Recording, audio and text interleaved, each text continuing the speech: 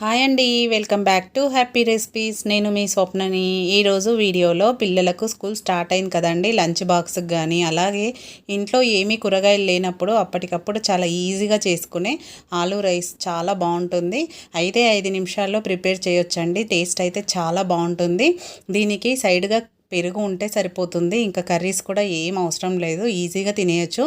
Tasty అయిన ఈ ఆలూ రైస్ను ఎలా ప్రిపేర్ చేయాలో లేట్ చేయకుండా వీడియోలోకి వెళ్ళిపోయి చూసేద్దామా మరి. ముందుగా స్టవ్ పైన ఒక ప్యాన్ పెట్టుకోవాలి. దాంట్లోకి ఒక 2 టేబుల్ స్పూన్ల ఆయిల్ వేసుకోవాలి. ఆయిల్ కూడా మీరు తీసుకునే రైస్ని బట్టి తీసుకోవాలండి. 2 కప్పుల రైస్కి 2 టేబుల్ స్పూన్ల ఆయిల్ వేసుకుంటున్నాను. మీరు 1 కప్పు రైస్ అనుకోండి, 1 టేబుల్ స్పూన్ అనేది సరిపోతుంది. ఇప్పుడు దీంట్లోకి 1 టీ స్పూన్ మినపప్పు వేసుకుంటున్నాను. అలాగే పోపు దినుసులు, ఆవాలు, జీలకర్ర వేసుకుంటున్నాను. వీటిని ఒక 10 సెకండ్స్ వరకు ఫ్రై చేసుకోవాలి. మీరు కావాలంటే ఇక్కడ కొన్ని పల్లీలు కూడా వేసుకోవచ్చండి, నేను మాత్రం వేయట్లేదు. అలాగే ఒక చిన్న సైజు ఉల్లిపాయను ఇలా చిన్న ముక్కలుగా కట్ చేసుకుంటున్నాను. ఉల్లిపాయ అనేది కూడా పూర్తిగా ఆప్షనల్ అండి, కంపల్సరీగా వేసుకోవాలని కాదు, వేసుకుంటే టేస్ట్ బాగుంటుంది అనేసి నేను వేసుకున్నాను. మీరు వేసుకోకపోయినా పర్వాలేదు. ఈ ఉల్లిపాయ ఒక 50% వరకు కుక్ చేసుకోవాలి. ఎక్కువ అవసరం లేదు, ఒక 50% కుక్ అయితే సరిపోతుంది. చూడండి, ఈ విధంగా కుక్ అయితే సరిపోతుంది. ఇప్పుడు దీంట్లోకి 1 కప్పు ఆలూను ఇలా చిన్న చిన్న ముక్కలుగా కట్ చేసుకున్నాను. చిన్నగా కట్ చేసుకోవాలండి, మనం ఆలూ రైస్కి పెద్ద ముక్కలుగా చేయొద్దు, చిన్నగా కట్ చేసుకోవాలి. వీడియోలో చూపిస్తున్నట్టు ఈ విధంగా ఉండాలి.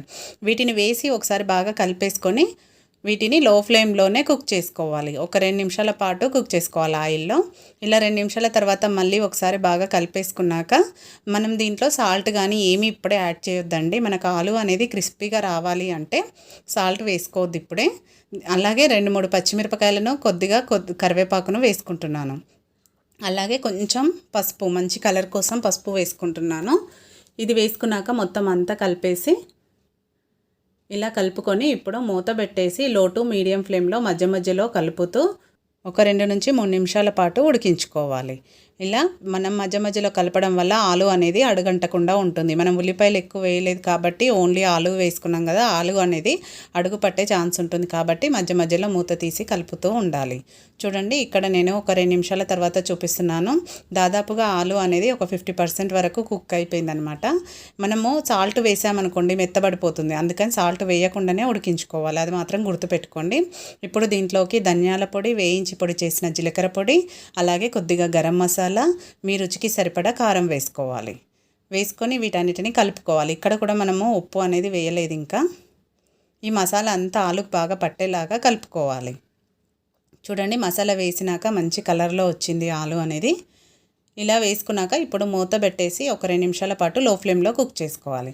2 నిమిషాల తర్వాత చూస్తే మనకు ఆలు అనేది దాదాపుగా కుక్ అయిపోయిందండి. ఇప్పుడు దీంట్లోకి సాల్ట్ సరిపడా వేసుకోవాలి. క్రిస్పీగా టేస్టీగా ఉంటుంది ఇలా ఫ్రై చేసుకుంటే. ఆలు అనేది చాలా బాగుంటుంది. 1 నిమిషం పాటు ఉంచేసుకొని ఇప్పుడు రెడీ అయిపోయింది కదా, దీంట్లోకి మనం రైస్ వేసుకోవాలి. నేను ఇక్కడ 2 కప్పుల రైస్ తీసుకున్నాను కాబట్టి ఇంత క్వాంటిటీ చేస్తున్నానండి. మీరు క్వాంటిటీ పెంచుకుంటే ఆలును కూడా పెంచాలి, మసాలాలు కూడా పెంచాలి. లేదు తగ్గించుకుంటే వాటిని కూడా తగ్గించుకోవాలి. ఈ ఆలు అన్నం అంతా కలిసేలాగా బాగా కలుపుకోవాలి. మసాలా అంతా అన్నంకి కూడా పట్టాలి. చూడండి, ఇప్పుడు మనకు రెడీ అయిపోయింది కదా. మూత పెట్టేసి ఇలా రైస్ వేసుకున్నాక 1 నిమిషం పాటు లో ఫ్లేమ్లో మూత పెట్టేసి పెట్టుకోవాలి. ఎక్కువ అవసరం లేదండి, 1 నుంచి 2 నిమిషాలు అయితే సరిపోతుంది లో ఫ్లేమ్లోనే. చూడండి, రెడీ అయిపోయినట్టే. ఫైనల్గా కొత్తిమీర వేసేసుకొని స్టవ్ ఆఫ్ చేసేసుకోవడమే. స్టవ్ ఆఫ్ చేసేసుకొని ఇప్పుడు అన్నంని ఒకసారి కలిపేసుకుందాము. కొత్తిమీర వేసుకున్నాం కదా, ఒకసారి బాగా కలిపేసుకొని సర్వ్ చేసుకోవడమే. లంచ్కి అయితే స్కూల్ బాక్స్కి ఇలానే పెట్టేయొచ్చండి, చాలా బాగుంటుంది.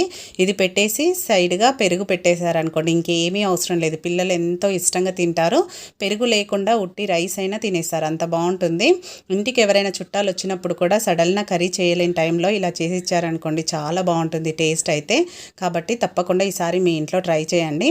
ట్రై చేశాక మీకు ఎలా కుదిరింది అనేది కూడా కామెంట్ పెట్టండి. చూడండి, చూస్తుంటేనే నోరు ఊరిపోతుంది కదా, చాలా బాగుంటుందండి టేస్ట్ అయితే. మా ఇంట్లో వాళ్ళకైతే బాగా నచ్చింది, మీకు కూడా నచ్చుతుందని అనుకుంటున్నాను. వీడియో నచ్చితే లైక్ చేయండి, మీ ఫ్రెండ్స్ రిలేటివ్స్తో షేర్ చేసుకోండి.